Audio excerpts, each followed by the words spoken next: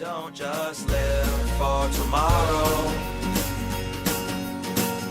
or just live in yesterday. Just be glad for all you have that's in today. And though you've come through many obstacles. Hey everyone, Connie here, and welcome to my blind reaction to A Few Good Men. This is a donation reward for Venom 0027, and this is another one of those movies that is kind of considered iconic. Like, I don't know what the movie is in general about, but I do know that this is the movie that the legendary "You Can't Handle the Truth" line is from. That line is like transcendent when it comes to cinema.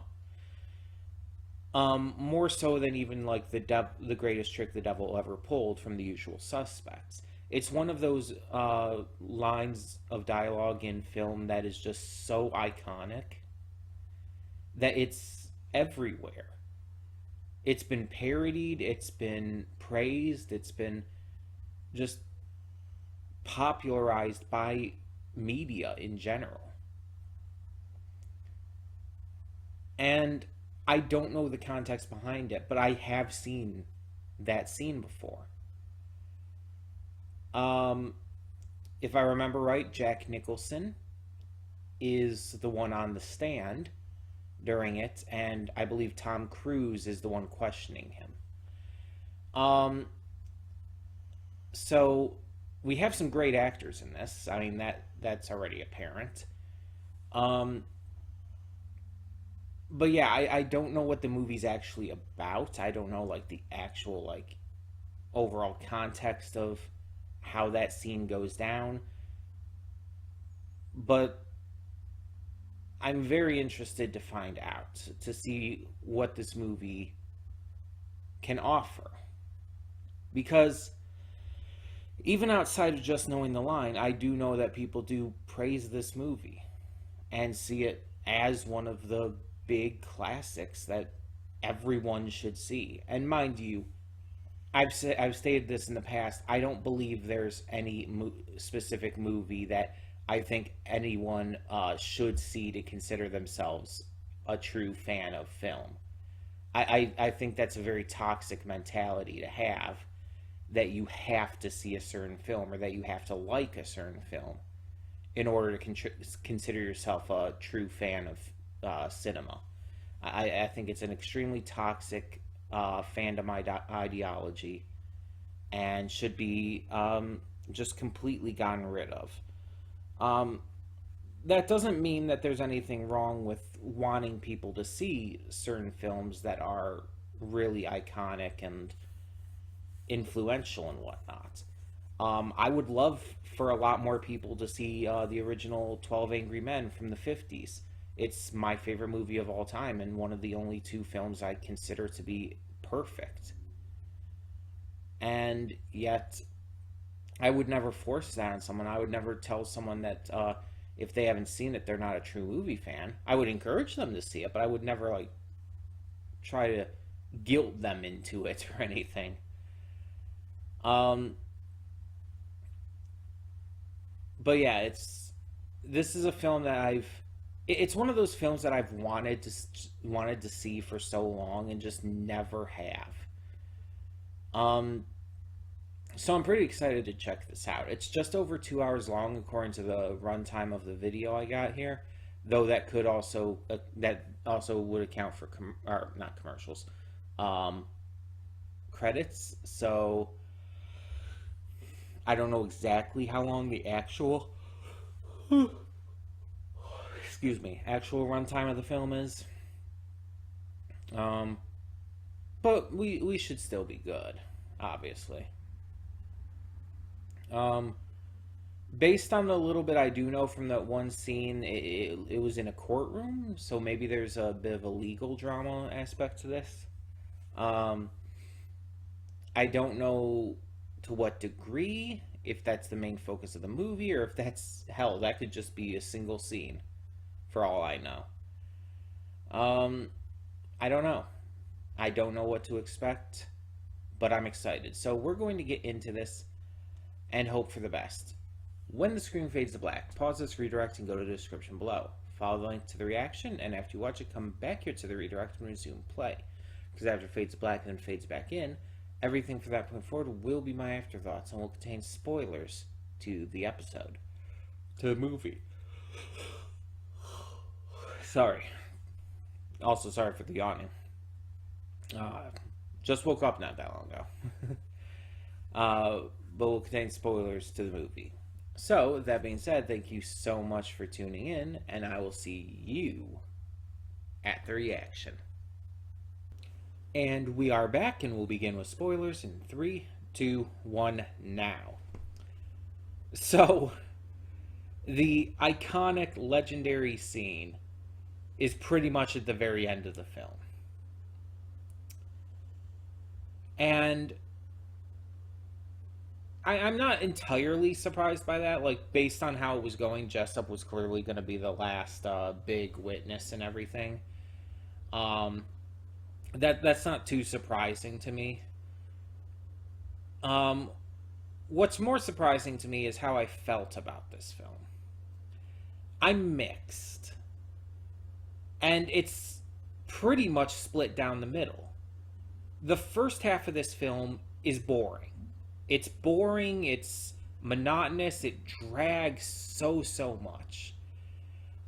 It makes you honestly kind of hate pretty much every character except Demi Moore's character. I can't think of her name. I just can never remember the names. But she's the only character who's made out to be likable. Except maybe Kevin Pollak's character, but he's just kind of there. He doesn't like have too much input. I mean, he helps out, but on the barest level. But like the other like major characters are all pretty much unlikable to some degree.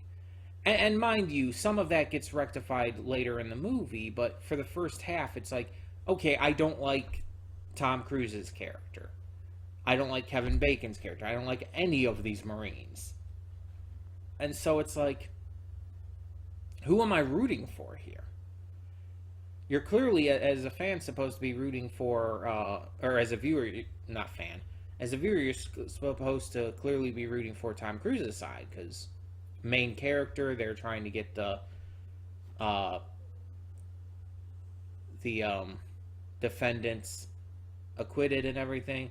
But at the same time, the dude is an asshole.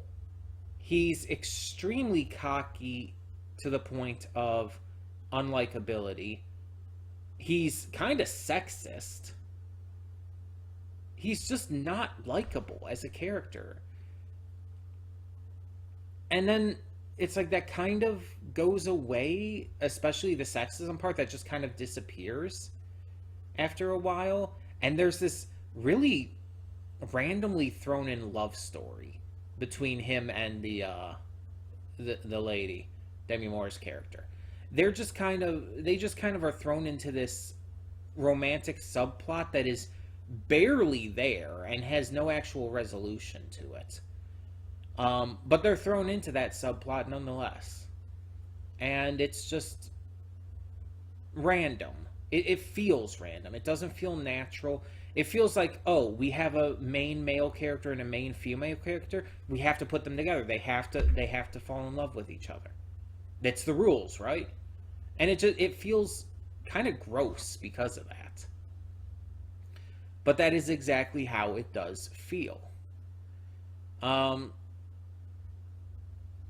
yeah, the first half in general was just kind of boring and monotonous. It just kept dragging on, just kept, like, I was just waiting for, like, something to get interesting or entertaining. Like, this is a movie from 92. Honestly, during the first half, it felt like, from more like the 70s. In just terms of its presentation. I'm not saying that is a bad thing. I'm not saying, like, oh, the 70s movies are terrible. Keep in mind, my favorite movie of all time is from the 50s, and there's plenty of 70s movies that I like. But I'm just saying that in terms of its presentation, it didn't feel like it was from the 90s. It felt a lot older to me in the first half. And even though like I knew it wasn't based on the actors and everything, it just felt like that. But then basically the instant Tom Cruise's character begins taking the case seriously, basically right around the halfway point, it completely changes. The tone, the pacing, the interest factor, everything about the movie just completely steps up at that point. And it almost feels like a different movie. It's that noticeable of a change. And especially the courtroom stuff, the actual courtroom scenes are obviously the best in the film. Nothing else in the movie holds up to them. Not even close. And I kind of wish that more of the movie had that kind of excitement and intensity and enjoyability.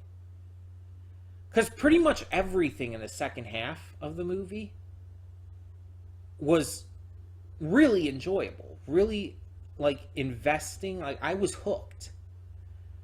But it took so fucking long for it to actually get to that point.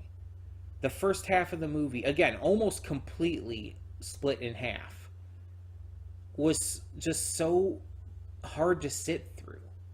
And it feels like it's only partially worth it. Because it's like you get some amazing scenes and some great moments out of it, but it's so hard to sit through.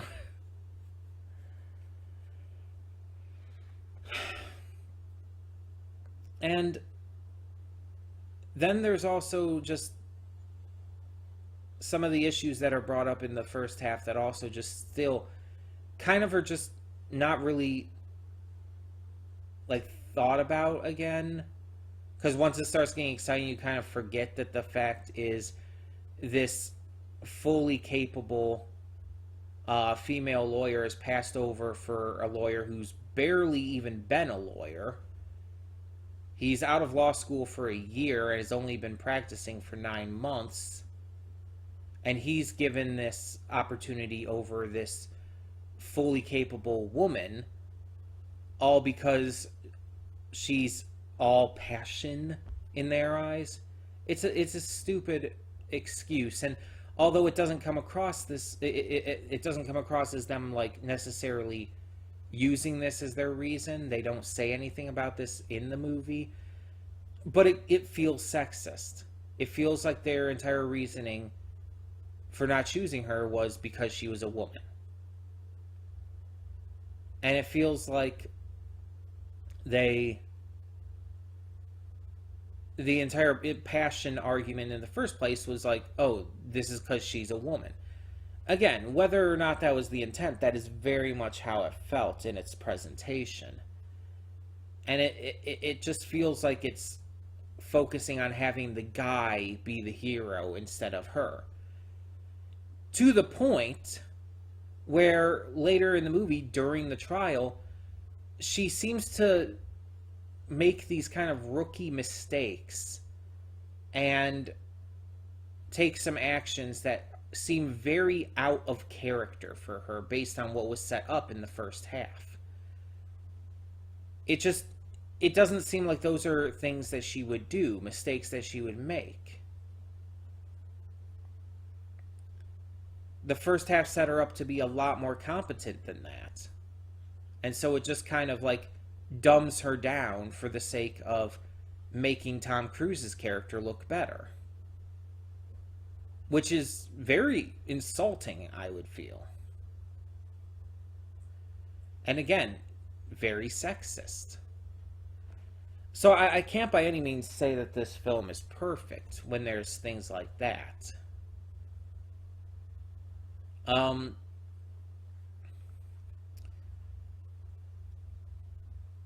top of that, I feel like the movie is not as accessible to everyone. Like, this is seen as a movie that's like one of the big all-time greats and everything. Yeah, I think a lot of people aren't going to understand a lot of the military jargon and whatnot they talk in this. There's going to be a lot of things that just kind of go over people's heads. And you would say that about a lot of movies like this. You could say that about Philadelphia, which I also reacted to on the channel. Go check out that reaction if you haven't. um, or even The Usual Suspects. There's things in those movies and other films I've reacted to and haven't that, yeah, you could probably say are inaccessible to an ordinary average person too. But it felt more so in this one. That may just be me, but as an average ordinary person who has not really any notable knowledge of military function and all, there were a few things that I was lost on, a few things that just did not connect with me. And then there were some things that I don't know if are entirely accurate to the how the Marines operate and everything, but if they are, it kind of makes me very, very upset. Because the entire thing about, like, basically never questioning orders, for one, is extremely bad. Then you have the aspect of basically serving for honor rather than, serving to protect and serve, which is inherently wrong and a genuinely inherently bad reason to be in the military. As I said in the reaction, if your reasoning for joining the military is not solely to protect and serve this country and its people, then you're not in the military for any good reason. Joining because it's a family obligation, joining because free college or, paid college or whatever.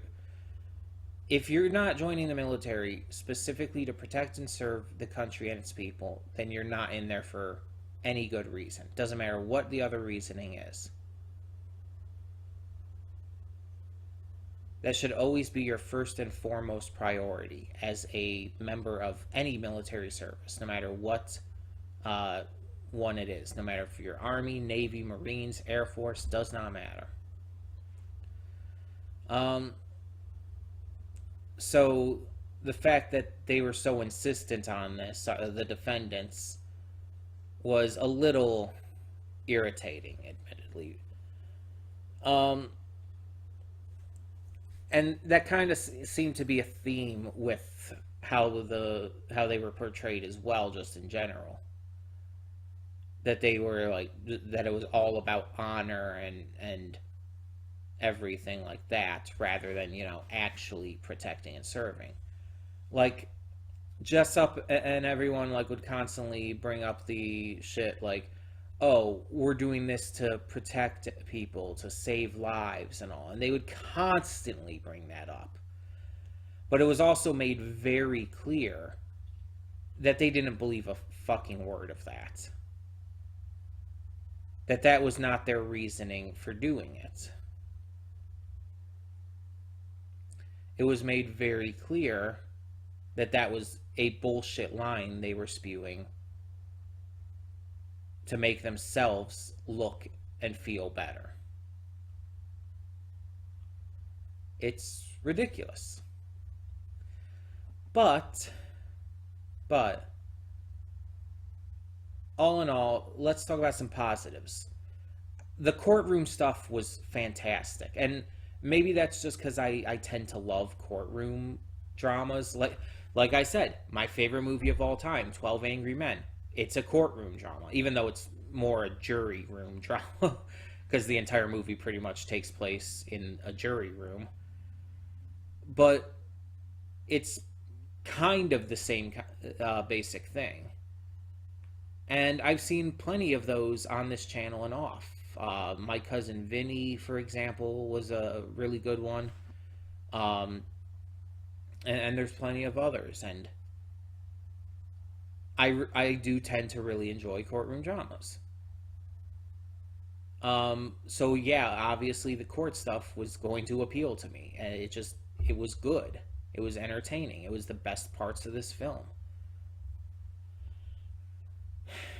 Um, and now that I've seen that legendary scene in context, yeah, like it clicks with me more. It's more impactful knowing what's behind it.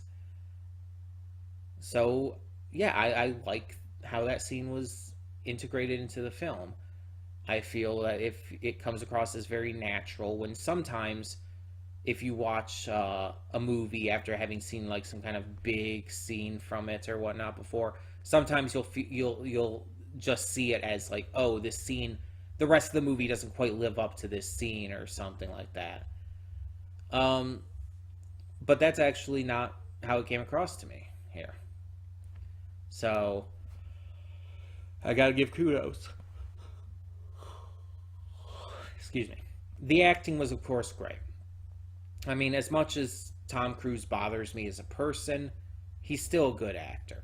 Jack Nicholson, phenomenal. Everyone else in this did great as well. Really, no bad performances that I can speak of. The direction and presentation of everything, as I said, was much better in the second half of the film. The first half, it was definitely a lot slower and more hard to sit through. But I still enjoy just the general feel of what it was going for. But I feel like this was an enjoyable enough movie. I liked it. It's not my favorite. I don't think it's as good quite as everyone likes to make it out to be. But it's still pretty damn good. I still enjoyed it, and I feel the goods outweigh the bad enough to make me have, how do I put this? To have liked watching this, to have enjoyed watching this, and felt like this was definitely worth it. Though it's always worth it, even if I don't like a movie. It's always worth it to check it out, see what it is, and give it a chance, you know? But I would like to hear your thoughts. So tell me in the comments below, what did you think of A Few Good Men? And on top of that, thank you again to Venom0027 for donating for this. And yeah, I hope that more movies coming in the future end up being enjoyable as well. So thank you so much for tuning in once again. And for now, I'm Connie, and I'm signing off. See y'all next time.